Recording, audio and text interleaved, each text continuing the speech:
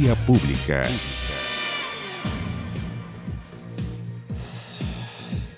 ¿Cómo están ustedes? Muy buenas noches. Bienvenidos a esta Vía Pública. Quedan 3 minutos para las 23 horas y compartimos esta imagen. Esta imagen que marca el día, que es una muy bonita imagen, esperanzadora imagen. No se da mucho en la política. Impactó no solo a sus colegas del Congreso, sino que a todos quienes fuimos testigos de los dichos que ambas parlamentarias se dijeron por la prensa en las últimas semanas. Todo partió con la declaración de la diputada de RN, la diputada Flores, donde aseguró que su par comunista había llamado a la lucha armada durante la dictadura. Carmen Hertz condenó estos dichos y aseguró: es asombroso y provoca el más grande estupor que una persona como la diputada Camila Flores esté en este Parlamento con ese grado de responsabilidad criminal. A ese nivel eran los cruces. Bueno, y la abogada de Derechos Humanos, Carmen Hertz, anunció una querella en contra de la diputada Flores. El conflicto fue escalando, ya que la diputada de RN, Camila Flores, reiteró, luego de un par de días, sus dichos, los reafirmó. Dijo que no estaba arrepentida. Incluso por la prensa se habló de una posible querella, esta vez contra Carmen Hertz, por haberla llamado fascista. Pero el episodio no terminó en tribunales, sino que en el hemiciclo, con ese abrazo que usted está viendo allí, y con una declaración de la diputada Camila Flores en donde aclara que no existió, en sus palabras, un ánimo de injuria o descrédito. Esperamos que a la hora de hacer ciertas declaraciones prime entonces la prudencia entre los parlamentarios y no se hagan parte de esa dañina moda de viralizar información falsa, de descréditos, de perjudicar al final la democracia. Esto es una señal de que son seres humanos que se pueden equivocar, que pueden pasar la raya, que no. Pero también puede haber este tipo de reconocimientos, pese a que sigan pensando diametralmente distinto. Pero como dijo el mago Valdivia, siempre con respeto. Quedan solo unos días para conocer la reforma previsional que presentará el gobierno. El aumento de la tasa de cotización con cargo al empleador, el apoyo a las mujeres y a la clase media, el fortalecimiento del pilar solidario, bueno, son parte del eje principal que se propondrá. ¿Cómo mejorar el sistema de pensiones? Será el tema que conversaremos, que debatiremos hoy con dos muy buenos representantes de dos miradas muy distintas al mundo de previsional o al desafío previsional chileno. El gerente general de la Asociación de AFP, Fernando Larraín, y el economista y académico de la Universidad de Chile, Nicolás Grau, esta noche en Vía Pública. Y el presidente Piñera agradeció la aprobación del proyecto Aula Segura en el Senado tras un acuerdo alcanzado entre oposición y gobierno, incluyéndose una serie de indicaciones que se aportaron. El proyecto llamado ahora Convivencia Escolar, o sea, ni aula segura ni aula democrática, con un nombre muy largo, sino que la Convivencia Escolar pasará a la Comisión de Educación de la Cámara de Diputados. Tras las modificaciones, ¿satisface a la comunidad escolar?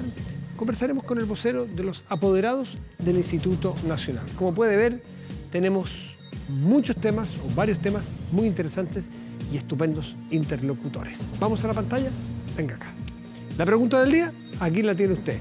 ¿Estarías dispuesto a extender tu vida laboral para mejorar tu pensión? Es parte de las propuestas que vienen, Incentivos, no que se obligue, pero incentivos para que la gente posponga su retiro y ahorre más tiempo. ¿Estarías dispuesto a extender tu vida laboral para mejorar tu pensión? ¿Sí o no? Está la invitación hecha. Esto es Vía Pública. Hacemos una pausa y volvemos a la mesa de conversación.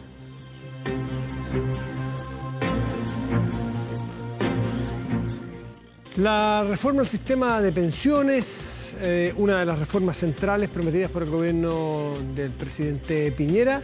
Aparentemente este domingo en la noche, no es seguro, pero está anunciado, se sabe que el domingo en la noche la podría presentar una cadena nacional y los ejes ya están más o menos planteados.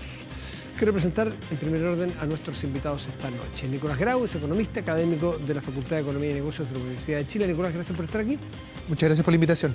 Y Fernando Larraín, que es gerente general de la Asociación de AFP. Fernando, que también muchas gracias por estar aquí. Muchas gracias, Matías. De lo que han visto o de lo que ha salido en la prensa, de lo que se ha ido discutiendo, que no es todo ni es oficial, ¿va en línea con lo que se había planteado o hay alguna novedad? De lo que se había planteado en las campañas presidenciales estuvieron requete contra, centradas en este tema. ¿Hay alguna novedad, Nicolás, que te merezca la pena poner sobre la mesa? No, yo creo que todo es por lo menos lo que yo he visto, que no es todo claro, ¿no es cierto?, todavía, pero yo diría que bastante en la línea de lo que se había señalado, ¿no es cierto?, está todo este tema de fortalecer un poco el pilar solidario. Después podemos discutir, yo no estoy de acuerdo al final con la propuesta, pero ahora yo diría que lo más novedoso respecto a lo que se había hablado en la campaña es que la pregunta que uno le tendría que hacer al gobierno es cómo va a financiar esto. Ya. La crisis del sistema de pensiones actual, en que las personas tienen pensiones muy miserables, ¿no es cierto? La única forma de solucionar las pensiones hoy día es que los activos, las personas que están trabajando remuneradamente, den plata a los pasivos. No hay forma de solucionar, aunque se cotice más, todas esas cosas son a futuro. Y eso se puede hacer de dos maneras. Se puede hacer o con un sistema de reparto o se puede hacer con impuestos. Yo creo que este gobierno no está dispuesto al sistema de reparto y está bajando los impuestos. Entonces la pregunta es, ¿de dónde va a sacar plata para eso? Es milagroso. Fernando Larraín, una de las novedades de lo que le va a plantear el presidente Piñera, novedades no respecto de lo que ha dicho Piñera, porque en campaña ya dijo, respecto de la administración anterior de Bachelet, es que no son 5 puntos más de ahorro, sino que son 4, y que esos 4 no los va a administrar un ente nuevo y neutral o distinto a la AFP, sino que van a capitalización individual en los 4 puntos. Es una defensa del sistema de AFP. ¿Cómo se va a financiar a las personas de manera solidaria, los que hoy no tienen buenas pensiones? Yo creo, Matías, que más que una defensa del sistema de AFP, yo creo que nosotros tenemos que empezar a hablar. Nosotros tenemos un sistema de pensiones en el cual las AFP cumplen un rol adentro. Uno puede discutir si el rol que cumplen las AFP es suficiente, es mucho, pero me parece que nosotros tenemos un sistema de pensiones donde los actores que participan, el gobierno y varios actores, tenemos que verlo de esa perspectiva. Ahora, Nicolás ponía un punto que es crucial. El 4% de aumento de cotización va a servir para financiar o para cubrir mejores pensiones en el futuro. No va a resolver el problema que tenemos hoy día de cómo nosotros somos capaces, y en eso la reforma previsional de este gobierno tiene que ser muy clara, de cómo subimos las pensiones hoy día. Nosotros tenemos que avanzar hacia un sistema mucho más solidario del que tenemos hoy día. ¿Cómo puede ser ese más solidario? Porque va a ser a futuro mejor para aquellas personas que tienen buenos niveles de cotización, no lagunas y que están en la AFP. Pero sabemos que ese no es el universo de los chilenos. ¿Cómo la reforma va a ayudar a la pensión de los chilenos?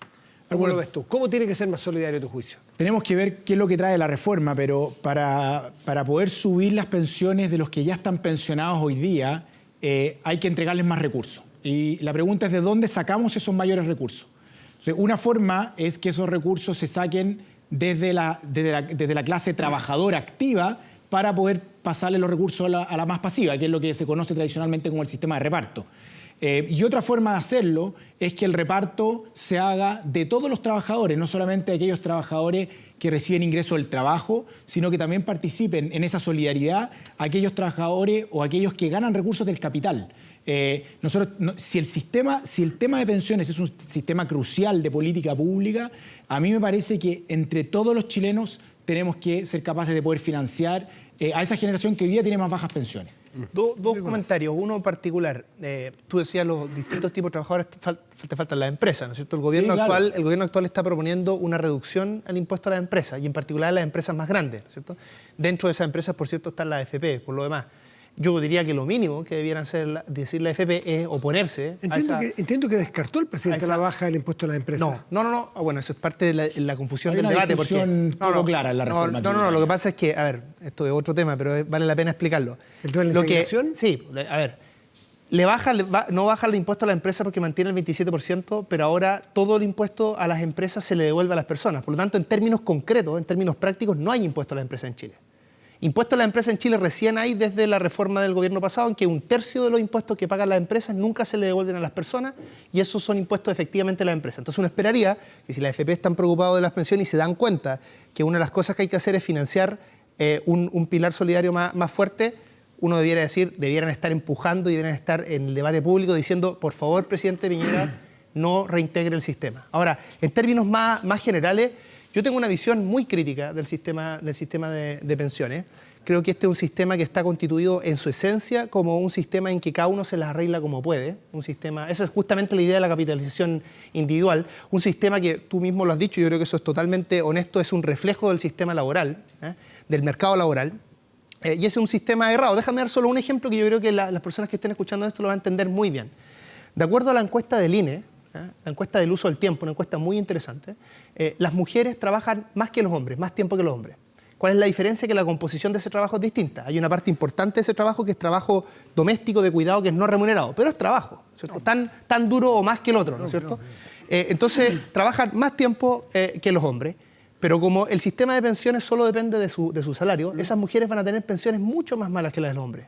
Entonces yo me hago la siguiente pregunta: si tenemos un sistema que en su esencia va a penalizar a las mujeres de esa manera y que no reconoce ese trabajo de cuidado que está en todas las cosas, que son los viejitos, que son los hijos, una cuestión esencial para la reproducción de nosotros mismos. ¿Cómo no tenemos un sistema más solidario que se haga cargo, que no solucione esta cosa con correcciones, que nunca lo van a poder corregir totalmente, sino que en la esencia cuide a todas las personas cuando son más viejas, ¿no es cierto? Las cuide después del trabajo que entregaron a la sociedad. Fernando. Yo no puedo sino estar más de acuerdo con Nicolás, que nosotros tenemos en el sistema de pensiones una deuda muy grande con las mujeres y hay que hacer un esfuerzo adicional. Pero quizás Nicolás en esto no ha visto bien cómo han funcionado los sistemas de reparto en esto. Porque los sistemas de reparto, cuando uno mira los sistemas de reparto actuales hoy día en Europa y uno mira el sistema antiguo chileno, las pensiones de las mujeres eran mucho más bajas que las de los hombres. Porque se replica el problema. Acá las mujeres trabajan más tiempo, pero nosotros tenemos un gran problema en la base del mercado laboral. Nosotros no vamos a resolver el problema de pensiones si tenemos solamente a un porcentaje de trabajadores que cotizan regularmente.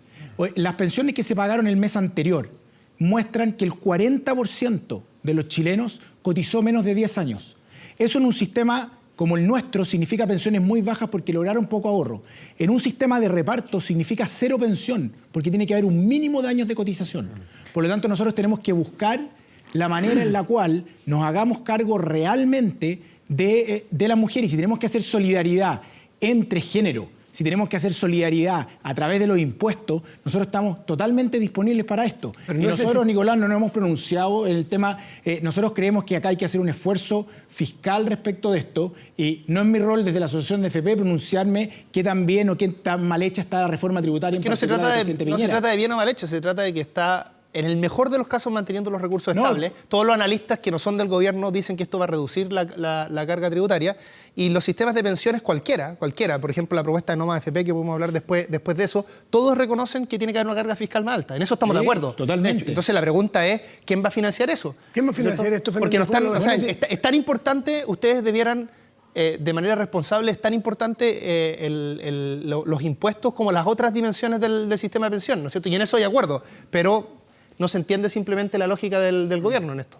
No, pero nosotros, Nicolás, en esto hemos sido bien claros. Acá tiene que haber un rol mayor, acá uno tiene que ver de dónde van a sacar los ingresos. A mí me gustaría ver también este proyecto cómo va a resolver el tema fiscal. Yo tengo dudas también, como tú, no sé cómo va a resolver ese tema fiscal.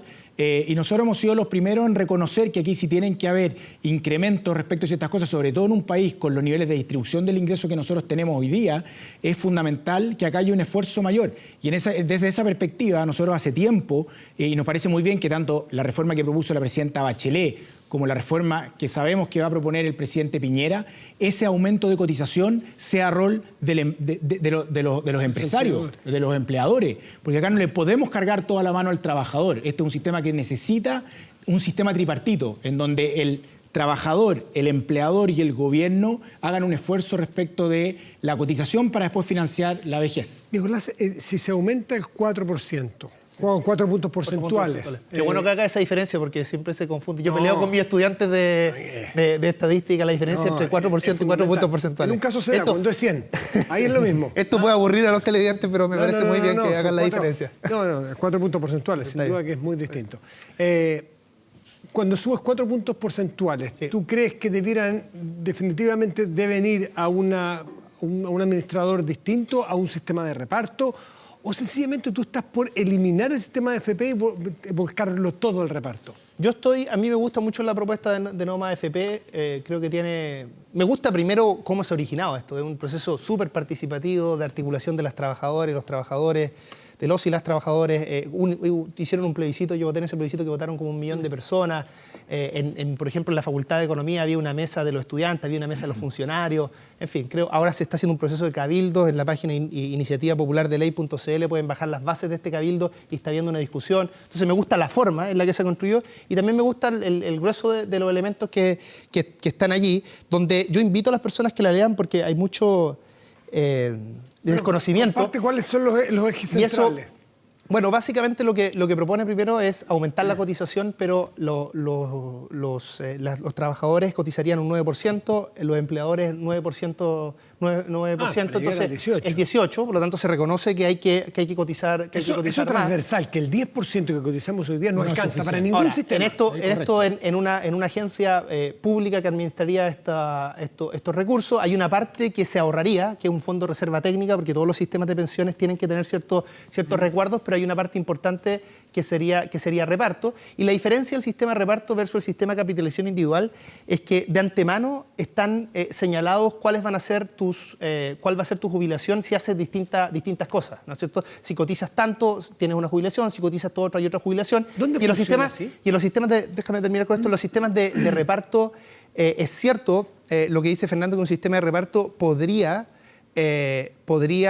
tener la misma desigualdad que hay entre hombres y mujeres que tiene un sistema de capitalización individual, pero es más fácil revertirlo en ese sistema, porque es un sistema que está más pensado desde una perspectiva solidaria, ¿cierto? Entonces, de hecho, en la propuesta Noma AFP hay una pensión mínima que es bastante alta, que tendrían todas las personas aunque no hayan cotizado nada, y después por un tema de incentivos, que cualquier sistema lo debe tener. ¿Cómo se financia? Bueno, hay una parte que es cotizaciones y hay otra parte que va creciendo el gasto del sector público, ¿eh?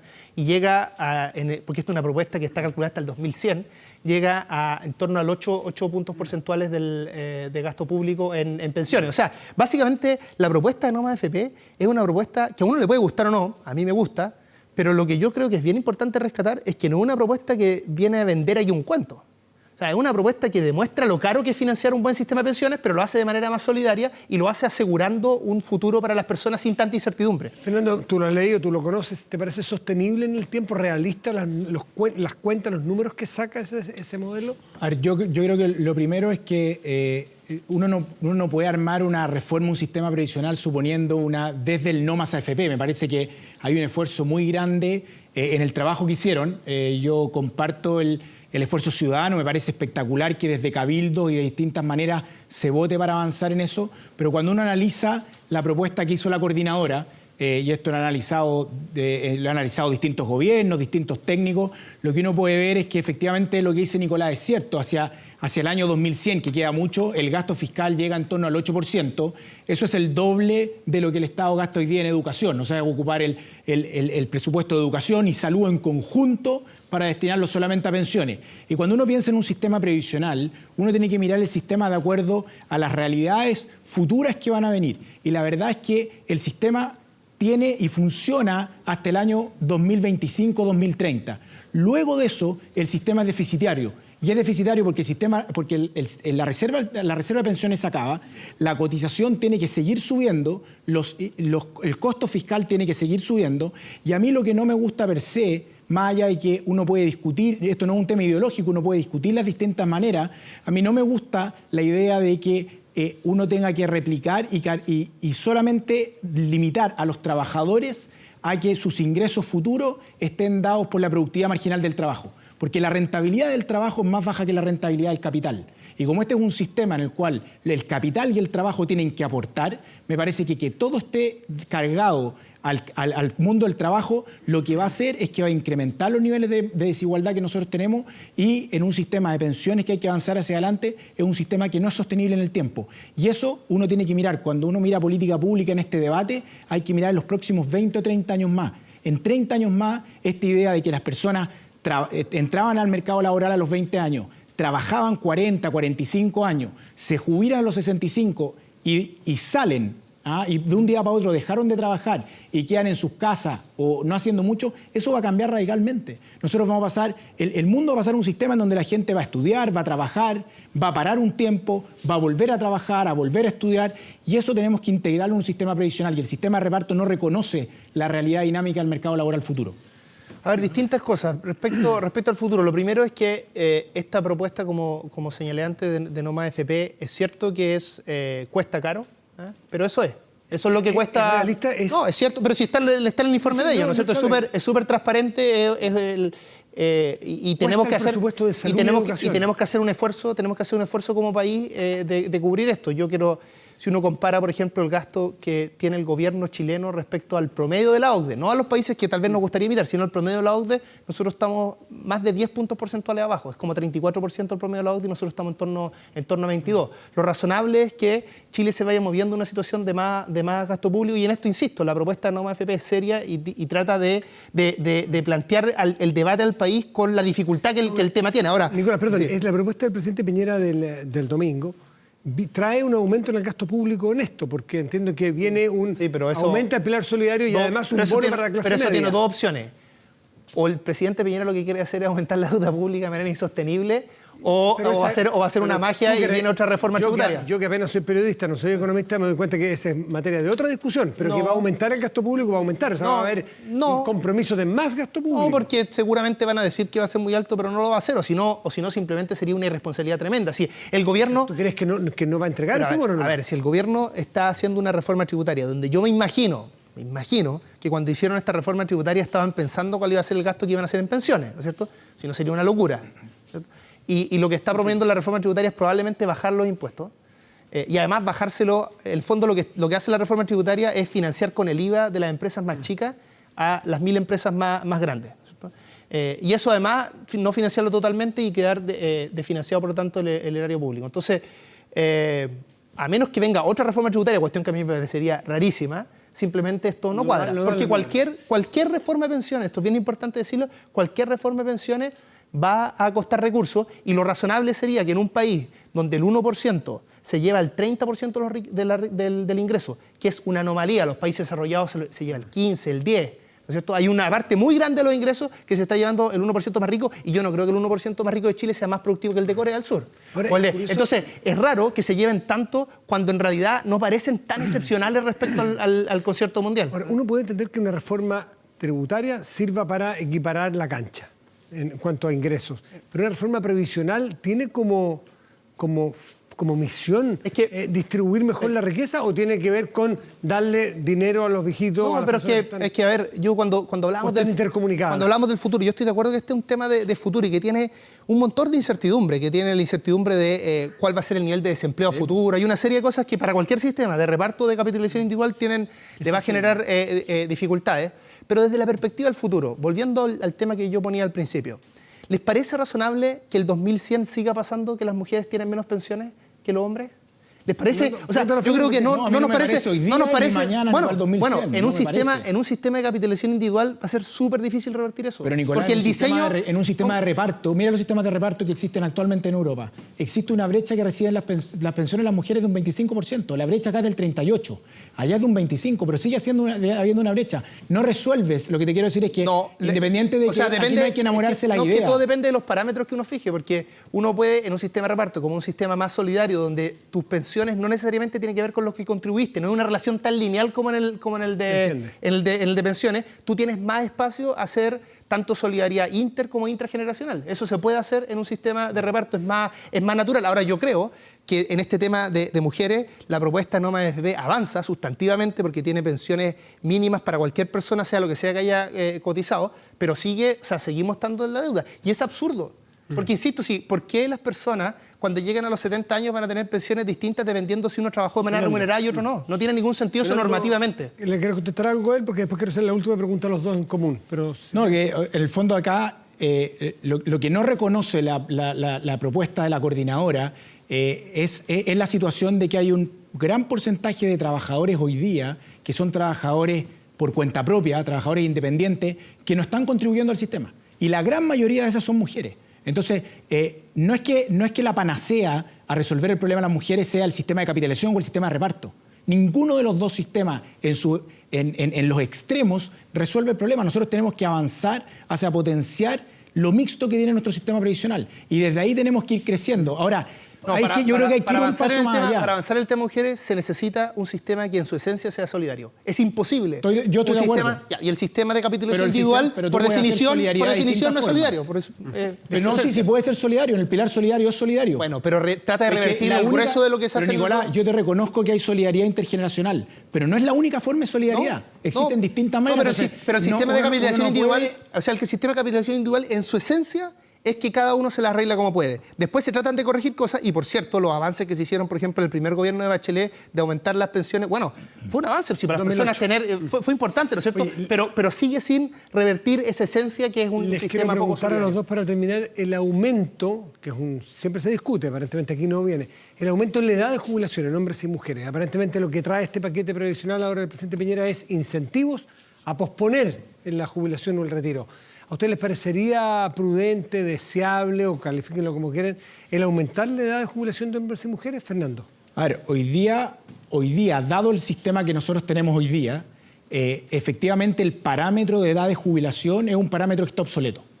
Cuando se crearon los sistemas previsionales en el año 1800, las edades de jubilación eran 60 años y la expectativa de vida de la gente era 40, o sea, era muy poco a la gente. Hoy día, las expectativas de vida chilenas son 85 años, por lo tanto, hay un espacio. Ahora, esto no es llegar y decir de un momento a otro, mire, señor, ¿sabe qué? Mañana le vamos a subir la edad de jubilación a la señora Carmen. Eso no puede ser, esto tiene que haber una transición. Y yo creo que más allá de discutir el parámetro propio de edad de jubilación, nosotros debiéramos avanzar a una ventana, es decir, gente que pueda jubilarse entre los 60 y los 70 años, que decida en los momentos de jubilación, dado la cantidad de años que haya cotizado en el sistema.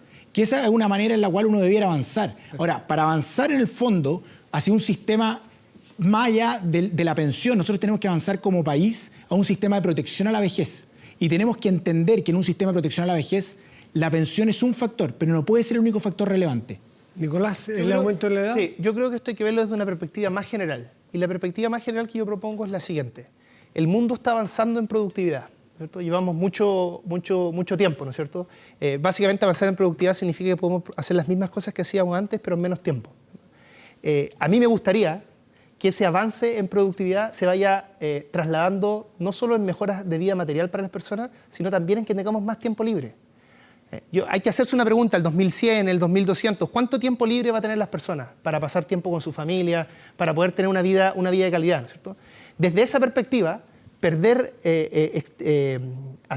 alargar los años para el momento de jubilación, lo que hace es perder tiempo libre. Entonces, yo estoy dispuesto a dar una discusión más general. Si a mí me dijeran, por ejemplo, mira, lo que vamos a hacer es que vamos a reducir drásticamente la jornada laboral y después vamos a extender lo otro, yo eventualmente me abriría. Pero yo lo que no estoy dispuesto es que siga pasando, en Chile, además, que avanza y avanza la productividad. Esto no se ve reflejado tanto en calidad de vida material, pero sobre todo no se ve reflejado en tiempo libre. Porque el tiempo libre es lo más importante y es por lo que uno debiera hacer todo lo demás, ¿no es cierto?, para poder pasarlo bien. Pero el tiempo libre, Nicolás, no puede estar solamente en la última etapa de la vida. Por eso estoy diciendo que estoy dispuesto a dar una discusión más abierta, pero en los términos que sea la discusión hoy, yo no Nicolás Grau, Fernando Larraín, discusión interesantísima. Esto recién parte, porque el presidente lo presenta el día domingo y va a haber muchísimo espacio para seguir conociendo los detalles. Les quiero agradecer a los dos por estar aquí en la vía pública esta noche. Gracias por la invitación. Buenas noches. Y la pregunta está planteada, si estarías dispuesto justamente a extender tu vida laboral para mejorar tu pensión. El 13% dice que sí, el 87% no es. Pausa y volvemos.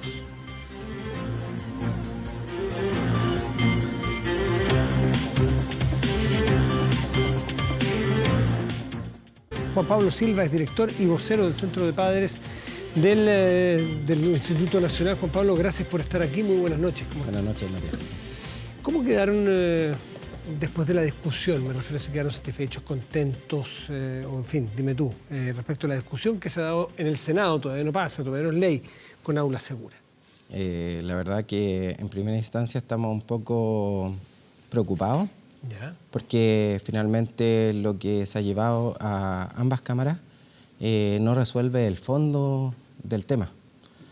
Hoy en día se está tratando de solucionar un tema que tiene que ver y puntualmente para ciertos casos que son aislados, en los cuales se habla de violencia, inclusive habla de delincuentes, en algún momento alguien por ahí señala, y el problema de eso es que estigmatiza a toda la comunidad. Y Y eso es lo que hoy en día a nosotros nos preocupa porque hay familias que ya son estigmatizadas por el sector donde viven y hoy en día que sus hijos hoy en día sean estigmatizados como un delincuente a raíz de lo que sucede puntualmente con algunos, se suma a las críticas y seguimos dividiendo finalmente lo que es la educación. Ahora, como quedó es distinto, ya no son solo 3 causales, se amplió la cantidad de causales. Por ejemplo, el abuso sexual se incorpora, entre otras. Es decir, ahí hay un avance en el proyecto de ley, o cómo está hoy día ya aprobado en primera instancia este proyecto de ley. ¿Ese tipo de cosas te parece bien a ti? Me parece bien, pero yo siento que no era tan necesario que fuera a un nivel de un proyecto de ley. Me refiero a que estas cosas ya no son, en algún momento dijo, estos 3 causales originales, que son las bombas molotov, porte de armas, en fin, suceden en 7 colegios. ¿Cómo vamos a legislar para algo que sucede en 7 colegios? Pero con la ampliación de las causales, de violencia en general, de otro tipo de violencia, pegarle, en lo del abuso sexual, hace posible que ocurra en muchos otros colegios de todo Chile. Entonces, ya deja de ser solamente un foco muy chiquitito. O sea, lo bueno de esto es que igual le está dando mayor fuerza a lo que son los reglamentos internos, los manuales de convivencia de los colegios, porque el proyecto de ley anterior no lo contemplaba. Y que también es una medida que ¿cómo se llama?, que hoy en día ha tratado de ser como alejado, donde las mismas comunidades fijen las propias reglas respecto a estas situaciones. Que, como bien señalas tú, hay muchos colegios hoy en día que no los tienen como norma y esto va a significar estandarizar y para llegar a un nivel medio. Por otro lado, que yo también considero importante y bueno y relevante que finalmente no es tan solo aplica a los colegios municipales, sino que aplica en todo el país, incluso los privados. Sí, claro. Ahora, ¿te parece a ti que un alumno que cae en alguna de las causales descritas, qué se debiera hacer con él? ¿Qué es lo prudente, qué es lo aconsejable hacer con un muchacho, por ejemplo, que golpea a un profesor directamente? En este caso, lo que se sugiere es primero ver las causales, o sea, se siga un protocolo de indagación y todo. ¿Y un debido proceso? Así es. Y luego también la comunidad también se haga cargo de estos temas. ¿Qué significa eso, que la comunidad se haga cargo? Es decir, en materia puntual, hoy día a las 4 de la tarde, ojalá no pase, eso es un caso hipotético, en el colegio en el cual tú eres director y vocero de este centro de padres, un alumno enfrentó a un profesor y le sacó la mugre. Bueno, no ha pasado, por si acaso, ni esperamos que pase, ni creemos que pase. ¿Qué debiera pasar? Más allá de decir que se hagan cargo, ¿qué debiera pasar? Debería pasar que este alumno primero sea atendido por un psicopedagogo. Hoy en la tarde, le pegó las 2. Hoy día el psicopedagogo. O sea, lo primero que primero se saca del entorno con el cual está, luego lo debería automáticamente tomar un estamento especializado para ver las causales de este niño. Psicólogos, así es. ¿Al día siguiente integrarse a clases? Al día siguiente, de acuerdo a la evaluación de estos psicólogos, en primera instancia ellos deberían evaluar si el niño estaría en condiciones o quizás la reacción fue algo transitorio por una circunstancia que le pasó durante el día. Entonces, a raíz de eso mismo, que venga una instancia donde el niño... porque quizás esto puede suceder por una ira de algo, por un tema que está pasando en su hogar. Recordemos que hay colegios que la gran mayoría de niños son vulnerables y eso también implica que también arrastran ciertos problemas que podrían llevarlos hacia el colegio. Pero la definición debería estar, a juicio tuyo, en manos de un psicólogo y no del director que eventualmente puede aplicar alguna sanción. No, porque después el director tendría ciertas facultades mientras está esta indagatoria y luego el director, conforme a todos estos resultados, finalmente podría determinar, ya con todos los antecedentes en la mesa, si esto habría sido una causa repetitiva quizás, o quizás fue un caso aislado y de alguna forma se combate... Pero lo que la ley como va ahora, como queda hasta ahora en el Senado, no solo le da la facultad, obliga al director a que comience un periodo de indagación, que es más largo, son 15 días, tendiente a eventualmente expulsarlo. ¿Tú estás de acuerdo que haya un margen donde pueda expulsarse un alumno? O sea, si está delimitado las causales por las cuales podría ser expulsado y es conocimiento de todo, yo creo que hay causales que sí efectivamente merecen ciertas sanciones. Pero Yo más me abordaría en estricto rigor a ver de qué manera a estos jóvenes, porque también, si bien este alumno va a ser expulsado, pero también va a ser localizado en otro colegio. Y el problema es que finalmente vamos a seguir estigmatizando a otros colegios y el fondo tampoco lo estamos atacando. Algunos legisladores de gobierno, partidarios de los proyectos del gobierno y algunos ministros, en fin, dicen que es muy importante la señal de una expulsión para los otros alumnos de ese colegio, porque si un alumno que le pega a un profesor o tiene una bomba molotov y le agrede a alguien, en fin, y queda sin sanción, un niño que viene más abajo dice, bueno, hacer eso en realidad no tiene ningún costo. ¿Qué opinas tú respecto de esa reflexión? O sea, aquí hay distintos tipos de estudios, también se ha escuchado otros que las medidas de amedrentamiento finalmente lo que hacen es tirar más benzina. ¿A qué le llaman medidas de amedrentamiento? O sea, por ejemplo, no sé, pues si siempre están con medidas represivas, más que educativas, finalmente el resultado es contradictorio o contrario a lo que finalmente yo buscaba como objetivo final. ¿A ti te parece que tirar una bomba molotov y no tener y sancionar eso es una medida represiva? Si es de alumnos del colegio en este caso, bueno, tendría que hacer la indagatoria y finalmente, como te digo, lo que haría yo, o de alguna forma, sería este estamento donde pasa por este estamento el psicólogo y todo eso. Pero si pasa por este psicólogo, pasa por el director, se hace la investigación y se le expulsa a ese joven o a esa joven, ¿tú lo catalogarías como una medida represiva? Podría ser una medida más bien... como bien sancionatoria, o correctiva, o ejemplarificadora, o en fin, ¿cómo le llamarías tú? Porque mencionaste que te da susto que sea todo tan represivo. Así es. O sea, no hay que tampoco ser ni muy extremistas, ni tampoco muy permisivos. Ya. O sea, todo en la justa medida es bueno aplicarlo.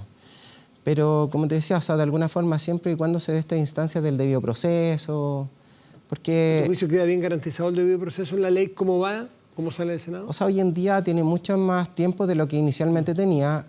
Hoy en día la persona tiene posibilidad de alguna forma mientras está esta indagatoria. Claro. Si bien también se sigue la instancia que es suspendido, todo, yo siento que todavía falta esta medida donde como estamento nos hacemos responsables de esta situación. ¿Qué hace el colegio para averiguar qué hay detrás de este joven? Porque también, como te decía, hoy en día tampoco los estamentos cuentan con la cantidad de profesionales y sobre todo los colegios públicos. Claro, no todos, claro. Por ejemplo, en el colegio son 4.200 alumnos. En el Instituto Nacional. Claro, entonces el estamento de psicólogos son muy pocos para la cantidad de alumnos que hay. Entonces tampoco se dan cuenta con un staff suficiente que pudieran abordar todas estas materias. Está bien. ¿Y qué esperanzas tienes tú de que mejore? ¿En qué sentido debiera mejorar en la Cámara de Diputados ahora, después de lo que salió en el Senado? ¿Qué indicaciones? Vamos a suponer que tú eres parlamentario. ¿Qué indicaciones le harías tú? ¿Qué cosas te hacen falta de la ley como va? Yo pondría, como te digo, una instancia en donde sí o sí esté como la creación de un comité, un área donde estos jóvenes tengan la instancia para como reinsertar de alguna forma.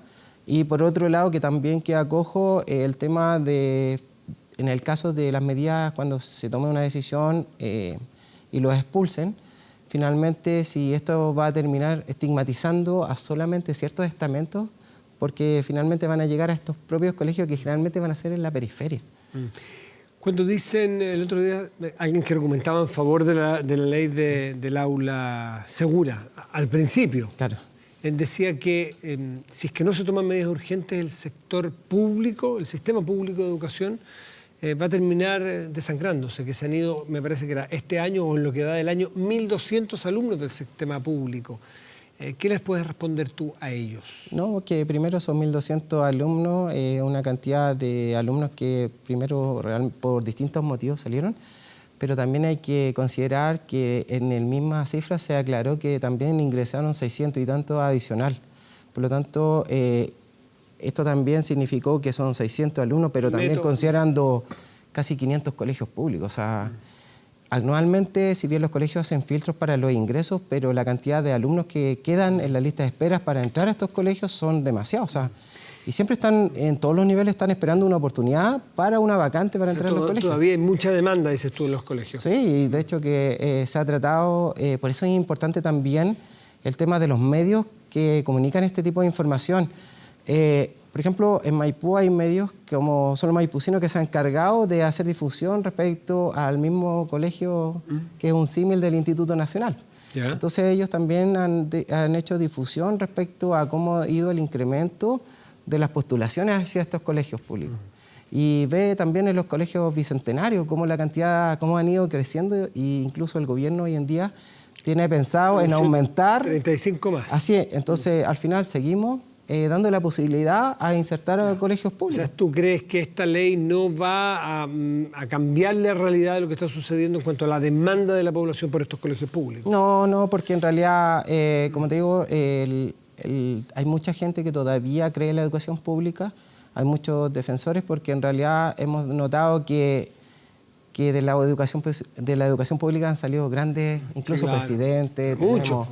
Entonces, finalmente, los hechos demuestran al final Que no ha la tenido, realidad. a tu juicio, no ha tenido un decaimiento en la calidad en los últimos años. No, y por ejemplo estos casos, como te decía, de distintas cosas, bomba Molotov, o estos casos de los encapuchados, lo que sea, por las tomas, distintas cosas, son situaciones aisladas y que de alguna forma también a nosotros nos deja la reflexión que sí es tan necesario legislar por situaciones extremas, considerando los 500 colegios en todo el país que son públicos, porque muchos de esos, si fuéramos tan extremistas y como dicen ahí, ya vamos a sancionar a los delincuentes, entonces también tendríamos que sancionar quizá la corrupción, porque hoy día, por ejemplo, el ministro Chadwick salió en la tercera diciendo que habían unos carabineros que estaban por un tema de corrupción. Entonces, ¿qué tenemos que crear? Una comisaría segura. Y si el Parlamento encuentra a un parlamentario que fuera corrupto o algo así, vamos a tener que hacer el Parlamento seguro. O sea, vamos a tener que legislar por Supongo que en ambos casos hay una justicia penal y hay leyes que se establecen justamente para evitar o para sancionar Así es. a las personas. Sí, incluso. Ahora, en un colegio también sucede que si hay un muchacho que Así comete es. un delito, también corre la justicia penal. Las leyes están. Este aula seguro no tenía que ver con lo que sucede con la justicia penal, no la modifica. No. Es sencillamente lo que ocurre dentro del colegio como una medida disciplinaria. Pero finalmente lo que hace la ley, primero, la primera ley de alguna forma, desconoce los manuales de convivencia y de alguna forma viene a potenciar a través de una ley este tipo de... aun cuando los colegios ya lo tienen normado. Entonces, aquí lo único que hay que hacer, finalmente, hay que ampliar quizás. Recuerda que los manuales también son adaptativos Sí. y esto también con el tiempo va evolucionando.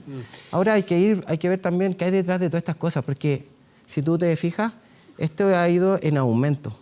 Lo último, Juan Pablo, ¿tú crees que los directores, no quiero que te hagas solamente la reflexión del colegio que tú conoces, que es el de tu hijo, sino que en general, dada tu experiencia, los directores de colegios en Chile, antes de esta ley, ¿cuentan con la autoridad suficiente para manejar la disciplina de una comunidad escolar? Sí, de hecho que hay... ¿No hace falta que se le entreguen más herramientas a tu juicio? No, lo que sí hay que trabajar... ¿Por qué los profesores alegan y dicen que muchos de ellos se sienten inseguros y han sido muchos de ellos agredidos o que no se les respeta? Porque también hay circunstancias en que efectivamente los manuales de convivencia no abarcan este tipo de cosas. Lo que sí, yo siento que los manuales de convivencia tienen que ser normados, vale decir que tienen que tener ciertas cláusulas como mínimo. Ya. Y yo creo que también en ese sentido... Esa es la vía de solución, creo. Claro, o sea, sí o sí, a nivel nacional se podría estandarizar los manuales de convivencia para que el colegio que sea A o el Z, finalmente todos estén homologados para que también sean realmente sancionados la persona que comete algún problema o sea gradual. Juan Pablo Silva, director y vocero del Centro de Padres del Instituto Nacional. Te doy las gracias por estar esta noche aquí Muchas para gracias. dar la visión de apoderados del Instituto Nacional, o al menos una visión de un grupo de apoderados. Muchísimas Matías, gracias. lo único que quiero hoy día aprovechar la instancia claro. de felicitar a los alumnos de matemáticas del colegio que tuvieron trofeos, que también es algo que es digno de reconocer. Obvio. Así que para ellos mis Buenísimo. felicitaciones por el colegio, para que no todo es malo en el Instituto Nacional, sino que tenemos grandes alumnos y niños que son realmente unos gran baluartes. Que le hacen honor a su tradición. Así es. Muchísimas gracias, Juan Pablo. ¿Pantalla? Veamos qué resultó de esta pregunta a la cual los invitamos a participar. Si estarías dispuesto a extender tu vida laboral para mejorar tu pensión, El 13% dice que sí, el 87% restante dice que no. Vamos a nuestro portal de noticias 24horas.cl. ¿Qué es lo que destaca en este momento? Veamos. Mira, Garín, avanza. Garín anda con viento a favor hace rato. Garín, los que entienden de tenis, dice que tiene un talento y un potencial enorme. Y hay una cosa, lo que le llaman los expertos, de cabeza, que a veces cuesta centrar la cabeza, mantener la concentración, en fin. Pero de tenis, a jugar tenis, Garín es un gran deportista. Yo no entiendo de tenis, pero sí leo a los que saben. Así que bueno, va bien afirmado, ganó recién un Challenger la semana pasada, ahora avanza en las semifinales de Lima tras vencer a Dellen. Buena cosa por Cristian Garín, una de esas nos subimos con Jarry y Garín a un tenis que hace un tiempo tuvimos, que era de gloria.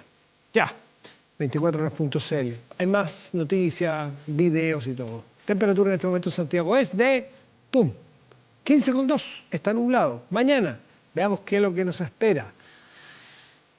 26, viernes, mañana, 26 máxima, parcial. Sábado, 22 máxima, parcial. Vamos a otras regiones. Valparaíso, región de Valparaíso. Máxima 20, nublado. Copiapó, región de Atacama. 28 máxima, despejado para mañana. Un día como hoy. Pero en 1986, la artista estadounidense Cyndi Lauper, un clásico, ¿no?, obtenía el primer puesto en el Billboard por este single que le dio el nombre a su segundo disco, True Colors. Ahí está. La mujer de extravagante apariencia, sobre todo para esa época, que un pelo pintado un poquitito era escandalizante. Bueno, ya había alcanzado el éxito con She's So Unusual, su primer lanzamiento, pero es True Colors el tema que la